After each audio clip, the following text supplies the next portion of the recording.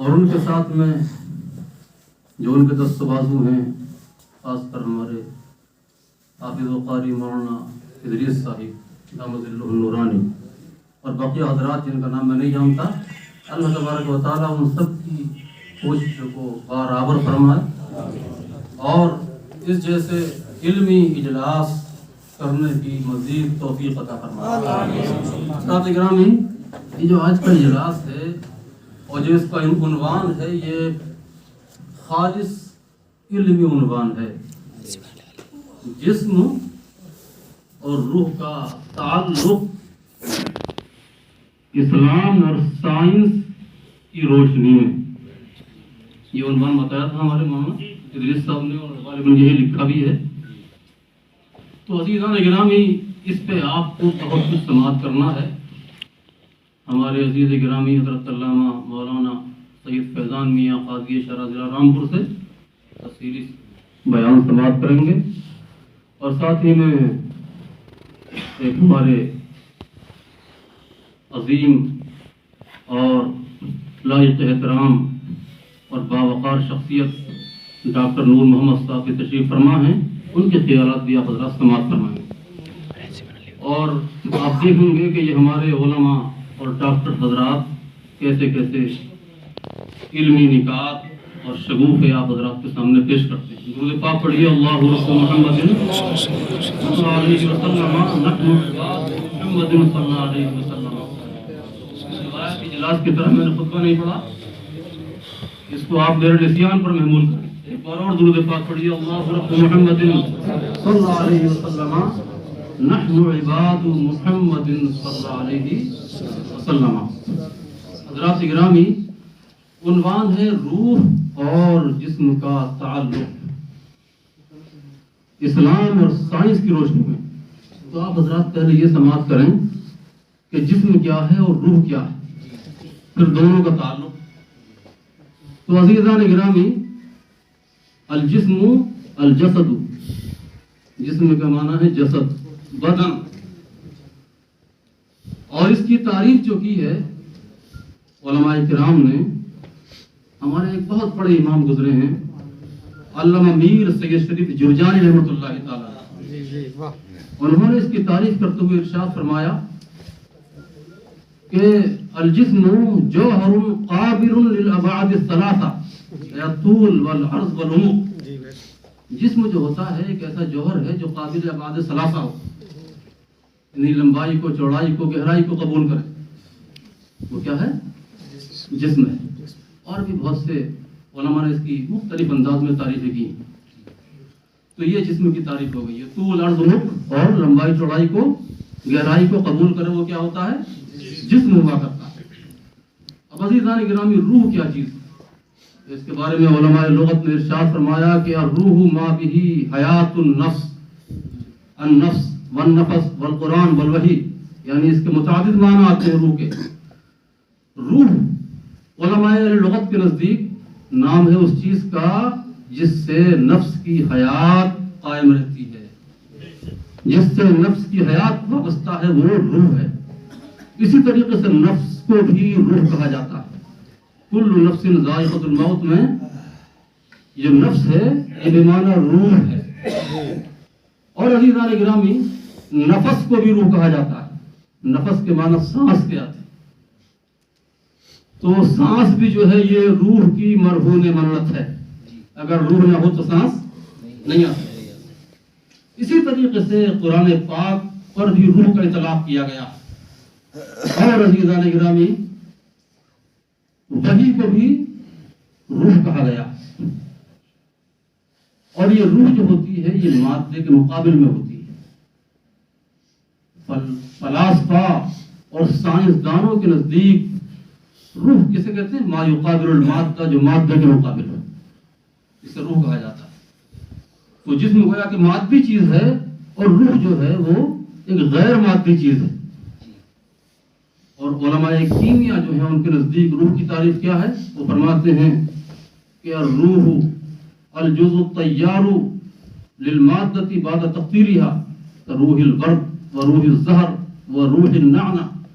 وہ کہتے ہیں علماء کیمیا کہ روح جو ہے وہ جوہر ہوتا ہے کسی بھی مادے کا جو اس کو ٹپکانے کے بعد تقطیر کے بعد حاصل ہوتا ہے، جسے ہم ڈاکٹری زبان میں ایکسٹریکٹ کہا کرتے ہیں، کسی بھی چیز کا خلاصہ اور جوہر، وہ روح کہلاتا ہے۔ اور عزیزان گرامی، مادہ وہ ہوتا ہے جس سے کسی جسم کا ترکب ہوتا ہے۔ مادۃ الشیء اصولہ وعناصرہ التي يتكون منها حسیۃ كانت او معنویہ۔ شے کا مادہ وہ اصول وہ عناصر ہوتے ہیں جن سے شے کا ترکب ہوتا ہے، اب چاہے وہ مادہ جو ہے حسی ہو یا مانوی ہو۔ تو عزیزان گرامی، یہ میں نے آپ حضرات کے سامنے روح اور جسم کے تعلق سے یہ ایک لفظی بحث چھیڑ دی۔ اب عزیزان گرامی، آپ کو یہ بتانا مقصود ہے کہ یہ روح اور جسم کا تعلق کیسا ہے، ان میں آپس میں جو تعلق ہے وہ تعلق کیسا ہے۔ تو یاد رکھیے، روح جو ہے وہ امر ربی کا نام ہے۔ قرآن پاک میں قل الروح من امر ربی، اے محبوب آپ فرما دیجیے کہ روح جو ہے وہ تمہارے رب کے حکم سے ایک چیز کا نام ہے، امر ربی کا نام روح ہے۔ اب روح کو اللہ تبارک و تعالی جل شانہ وعم نوالہ نے اس وقت پیدا فرمایا جب جسم کا وجود نہ تھا۔ تو روح جو ہے وہ جسم سے مقدم ہے، روح جسم سے مقدم ہے، اور جسم کیا ہے؟ مؤخر ہے۔ پیدائش میں روح پہلے اور جسم بعد میں۔ لیکن عزیزان گرامی یاد رکھیں، یہ روح کی پیدائش اور جسم کی پیدائش کا مسئلہ ہے کہ روح سب سے پہلا پیدا ہوئی اور جسم جو ہے وہ بعد میں پیدا ہوا۔ لیکن جب روح اور جسم کا تعلق ہوا تو یہ تعلق کب ہوا؟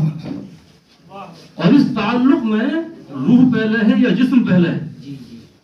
تو عزیزان گرامی یاد رکھیے، جسم پہلے ہے، روح بعد میں۔ جسم پہلے، روح بعد میں۔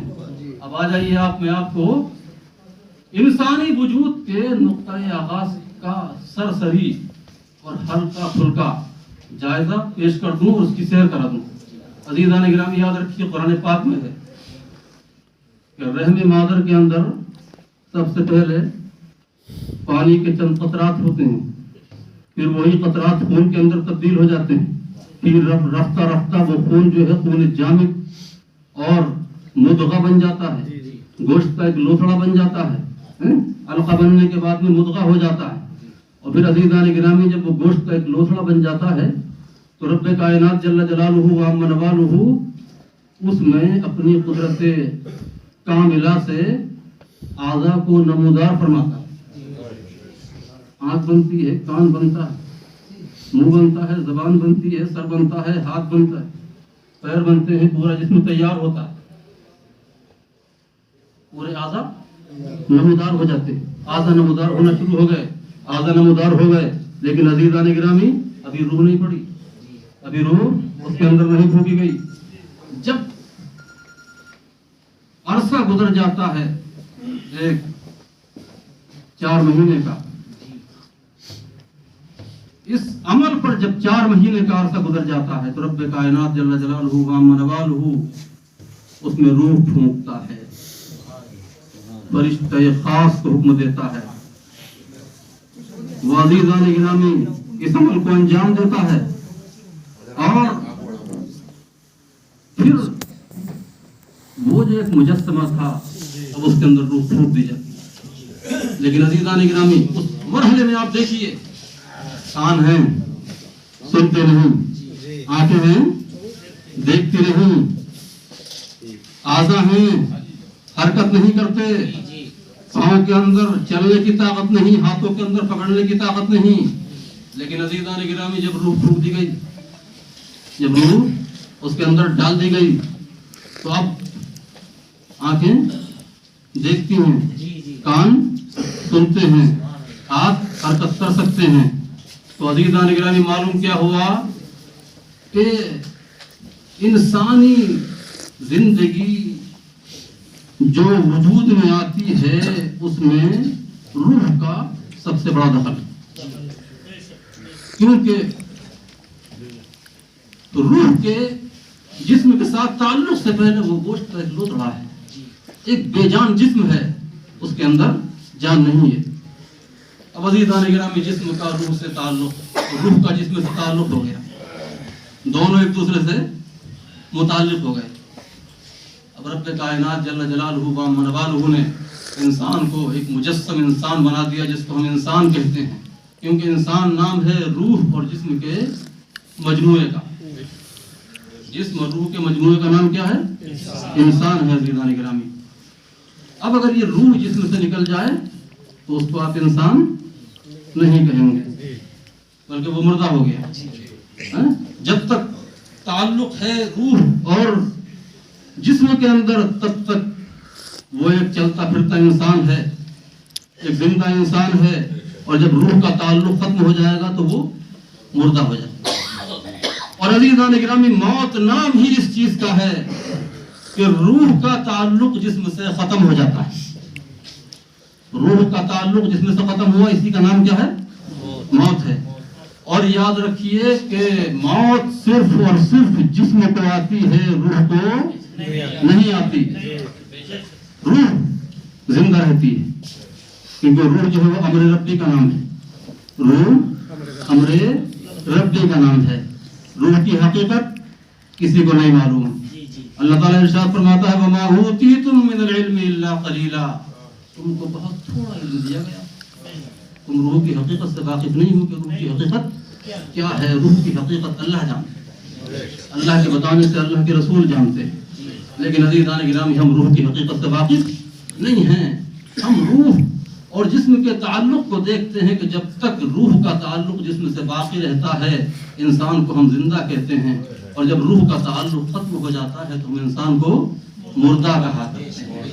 لیکن عزیزان گرامی یاد رکھیے، روح بھی سب کی برابر نہیں ہوتی۔ اس طریقے سے انسان کے اجسام برابر نہیں، ایسے ہی روح بھی سب کی برابر نہیں۔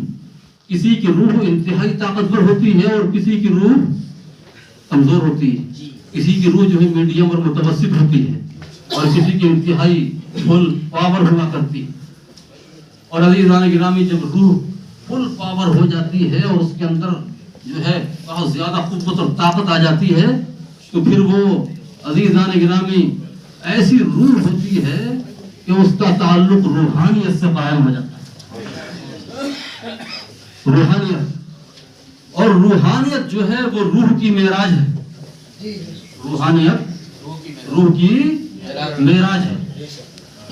عزیزان محترم، آپ دیکھتے ہیں کہ روح جو ہے وہ جب انسان کے جسم سے نکل جاتی ہے تو جسم بے جان ہو جاتا ہے، قبر کے حوالے کر دیا جائے تو گل سکتا ہے، سڑ سکتا ہے، گل جاتا ہے، سڑ جاتا ہے، فنا ہو جاتا ہے، ہڈیاں بھی گل جاتی ہیں، صرف وہ اجزاء باقی رہتے ہیں جو دوربین و خوردبین سے بھی نظر نہیں آ سکتے، جن پر قیامت کے روز رب کائنات جل جلالہ و منوالہ دوبارہ جسم کی تشکیل فرمائے۔ لیکن اگر یہ روح روحانیت کا درجہ حاصل کر لے، عزیزان گرامی، جب روح اور جسم کا تعلق روحانیت سے ہو جائے تو پھر جسم موجود رہتا ہے۔ جسم سے روح نکل جائے، روح نکلنے کے بعد کیا ہوتا ہے؟ بے جان، نہ آنکھیں دیکھ سکتی ہیں، نہ کان سن سکتے ہیں، نہ ہاتھ پکڑ سکتے ہیں، نہ کوئی چل سکتا ہے۔ لیکن عزیزان گرامی، جب روح روحانیت کی منزل کو پہنچ جائے تو مرنے کے بعد بھی آنکھیں دیکھتی ہیں، کان سنتے ہیں۔ اور عزیزان گرامی، حال یہ ہوتا ہے کہ وہ روح جو ہے اتنی قوی ہوتی ہے روحانیت کے درجے میں پہنچنے کے بعد کہ حدیث پاک کے اندر آقا کریم علیہ الصلوۃ والسلام نے ارشاد فرمایا المؤمن اذا مات يخل سربه يسرح حيث شاء، کہ جب مومن کا انتقال ہو جاتا ہے، مسلمان کا انتقال ہو جاتا ہے تو اس کا راستہ کھول دیا جاتا ہے، اس کا راستہ کھول دیا جاتا ہے، جہاں چاہے جا سکتا ہے۔ یہ ہے عزیزان گرامی ایمان والے کی روح، سبحان اللہ۔ اور اللہ رب العزت جل جلالہ و منوالہ جس کو روح قوی عطا فرماتا ہے، قدرت والی روح مرحمت فرماتا ہے، تو عزیزان گرامی وہ روح جو ہے جسموں کو بھی اپنے رنگ میں رنگ لیا کرتی، وہ روح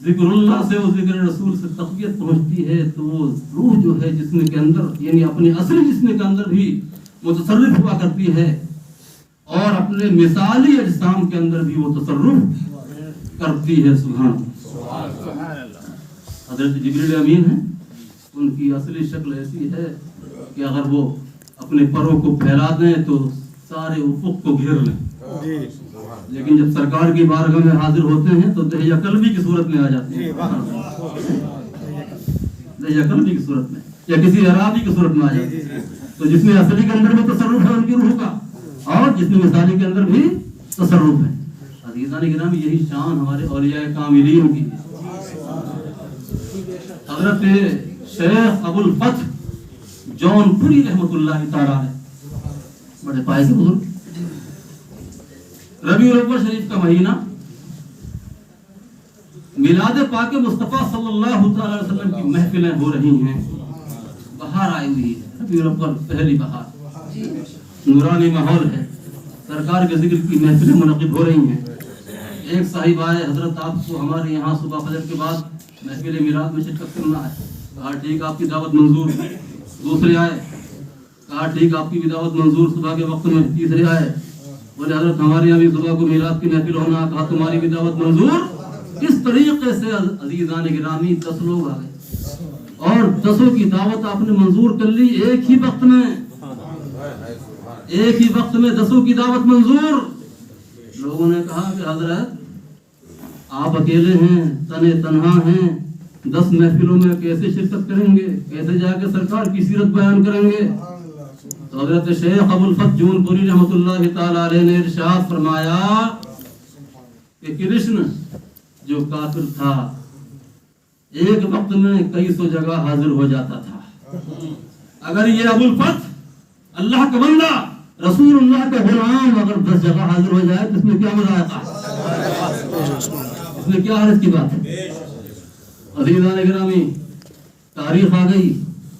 حضرت شیخ ابو الفتح جون پوری رحمۃ اللہ علیہ حجرے کے اندر تشریف فرما ہے. آ گیا بلانے والا سواری لے کے, حضرت چلیے. حضرت حجرے سے نکلے, اس کی گاڑی میں بیٹھ گئے. اس کے بعد دوسرا آ گیا, حضرت چلیے. حضرت پھر اپنے حجرے سے نکلے, اس کی سواری میں بیٹھ گئے. تیسرا آیا, چوتھا آیا, 5واں, 6واں, 7واں, 8واں, 10واں, 10واں سواریاں لے کے حضرت کی بارگاہ میں حاضر ہوئے. حضرت تیار ہوتے ہیں, اپنے حجرے سے نکلتے ہیں, ہر ایک کی گاڑی میں بیٹھ جاتے ہیں اور چلے جاتے ہیں. لیکن عزیزان گرامی یاد رکھیے, جب اب آپ کے عقیدت مند اور مریدین اور خدام دیکھتے ہیں تو حجرے کے اندر بھی موجود ہیں, اندر بھی موجود ہیں اور ہر ایک کے ساتھ گاڑی میں سوار ہو کر جا بھی رہے ہیں. عزیزان گرامی, یہ کیا ہے, روح کا تصرف ہے کہ روح جب طاقتور ہوتی ہے تو اپنے اصلی جسم کے اندر بھی تصرف کرتی ہے اور ساتھ میں جو اس کے اجسام مثالیہ ہوتے ہیں ان کے اندر بھی تصرف کرتی ہے. حضرت میر عبد الواحد بالگرامی رحمۃ اللہ تعالی علیہ ارشاد فرماتے ہیں کہ عاقل اس کو تمثیل مت سمجھنا, یہ تمثیل نہیں ہے بلکہ حقیقت حال یہ ہے کہ حضرت ابو الفتح جون پوری رحمت اللہ تعالی علیہ کی جو روح پاک تھی اس کی شان یہ تھی کہ وہ اپنے جسم کے اندر موجود ہے. اور یہ نہیں کہ وہ مثالی جسموں کے اندر مثالی جسموں کے ساتھ سارے لوگوں کے ساتھ چلے گئے, بلکہ بعین ہی اپنے اصلی جسم کے ساتھ ہر ایک کے ساتھ گئے. اصلی جسم کے ساتھ ہر ایک کے ساتھ گئے اور اسی اصلی جسم کے ساتھ جو ہے وہ اپنے حجرے کے اندر بھی موجود رہے. کیا یہ عزیزان گرامی روح کی طاقت ہے اور یہ روحانیت ہے. روحانیت وقت ہے اگر وقت ہو تو اور کچھ درود پاک پڑھیے. اللہ رب محمد صلی اللہ علیہ وسلم نحن عباد محمد صلی اللہ علیہ وسلم. عزیزان گرامی, یہ ہے جسم کا اور روح کا تعلق ہے. جب تک جسم سے روح متعلق رہتی ہے جسم زندہ, اور جب روح نکل گئی جسم مردہ. لیکن عزیزان گرامی جب روح طاقتور ہو جاتی ہے تو مرنے کے بعد بھی جسم سلامت رہا کرتا ہے. مرنے کے بعد بھی جسم سلامت رہا کرتا ہے. اور عزیزان گرامی حال یہ ہوتا ہے کہ روح کا کرشمہ تھا کہ آنکھیں دیکھ رہی تھی، کان سن رہے تھے، ہاتھ حرکت کر رہے تھے، پیروں میں جنبش تھی، لیکن جب نکل جاتی ہے روح جسم سے تو پھر بھی عزیزان گرامی کچھ اللہ کے ولی اور اللہ کے نیک بندے ایسے ہوتے ہیں کہ ان کی آنکھیں دیکھتی ہیں، ان کے کان سنتے ہیں، ان کے ہاتھ حرکت کرتے ہیں. اور وہ کون ہوتے ہیں؟ جو فنا فی اللہ ہو کر باقی باللہ ہو جاتے ہیں. فنا فی اللہ ہو کر باقی باللہ ہو جاتے ہیں. غوث اعظم محبوب سبحانی رضی اللہ تعالیٰ عنہ آج بھی سن رہے ہیں، آج بھی دیکھ رہے ہیں. غریب نواز آج بھی سن رہے ہیں، آج بھی دیکھ رہے ہیں. اور عزیزان گرامی جب یہ روحانیت کی منزل حاصل ہو جاتی ہے نا تو پھر روح کے لیے قرب و بود مکانی یکساں. عبدالعزیز محدث دہلوی رحمۃ اللہ علیہ فرماتے ہیں کہ روح را قرب و بود مکانی یکساں. روح کے لیے نہ دوری دوری ہے، نہ قرب قرب ہے، نہ قرب قرب ہے، نہ دوری دوری ہے، بلکہ عزیزان گرامی سب اس کے لیے برابر ہے. تو اب عزیزان گرامی ہمارے آقا احمد مجتبیٰ محمد مصطفیٰ صلی اللہ تعالی علیہ وسلم کی جو روح ہے اس کے بارے میں تو آپ جانتے ہی ہیں کہ آقا کریم کو جو موت آئی آنے واحد کے لیے آئی. پھر اس آنے واحد کے بعد آپ کی روح مقدس کو آپ کے جسم اقدس میں لوٹا دیا گیا، آپ کے جسم اقدس میں لوٹا دیا گیا. تو آقا کریم علیہ الصلوۃ والسلام کی جو حیات ہے اپنی قبر انور کے اندر وہ حیات جسمانی ہے، روحانی نہیں ہے بلکہ حیات جسمانی ہے. اعلیٰ حضرت نے ذکر فرمایا کہ انبیاء کو بھی اجلانی ہے لیکن ایسی کہ فقط آنی ہے، اور پھر اسی آن کے بعد ان کی حیات مثل سابق وہی جسمانی ہے. روح تو زندہ ہے سب کی مگر، روح تو زندہ ہے سب کی مگر ان کا جو ہے جس میں پر نور بھی روحانی ہے، ان کا جس میں پر نور بھی روحانی ہے. تو آقا کریم علیہ الصلوۃ والسلام کی روحانیت مال جسم ہے، مال جسم ہے. آپ کی حیات جسمانی ہے. اور عزیزان گرامی شہداء اعظام ہیں اور یہ کاملین ہیں، ان کی جو حیات ہے وہ حیات روحانی ہے، لیکن ایسی حیات روحانی ہے اور ان کی روح کا تعلق ان کے جسم کے ساتھ ایسا مضبوط ہے کہ ان کے جسم جو ہے وہ صحیح و سالم رہا کرتے ہیں، کیونکہ ان کے اندر روح بھی ہے اور روحانیت بھی. تو روح تو نکل گئی لیکن روحانیت کیا ہے؟ باقی ہے. اور اسی روحانیت کا اثر ہے کہ ان کے اجسام جو ہے محفوظ رہتے ہیں اور سلامت رہتے ہیں. رب کائنات جل جلالہ و عم نوالہ اپنے فضل خاص سے ان باتوں کو قبول فرمائے. اس سلسلے میں بہت کچھ کہا جا سکتا ہے لیکن ہمارے مہمان گرامی تشریف فرما ہیں، ان کو بھی آپ حضرات کو سماعت فرمانا ہے، لیکن لہذا میں اسی پر اکتفا کرتا ہوں. استغفر اللہ ربی من کل ذنب و اتوب الیہ وما علینا الا البلاغ المبین.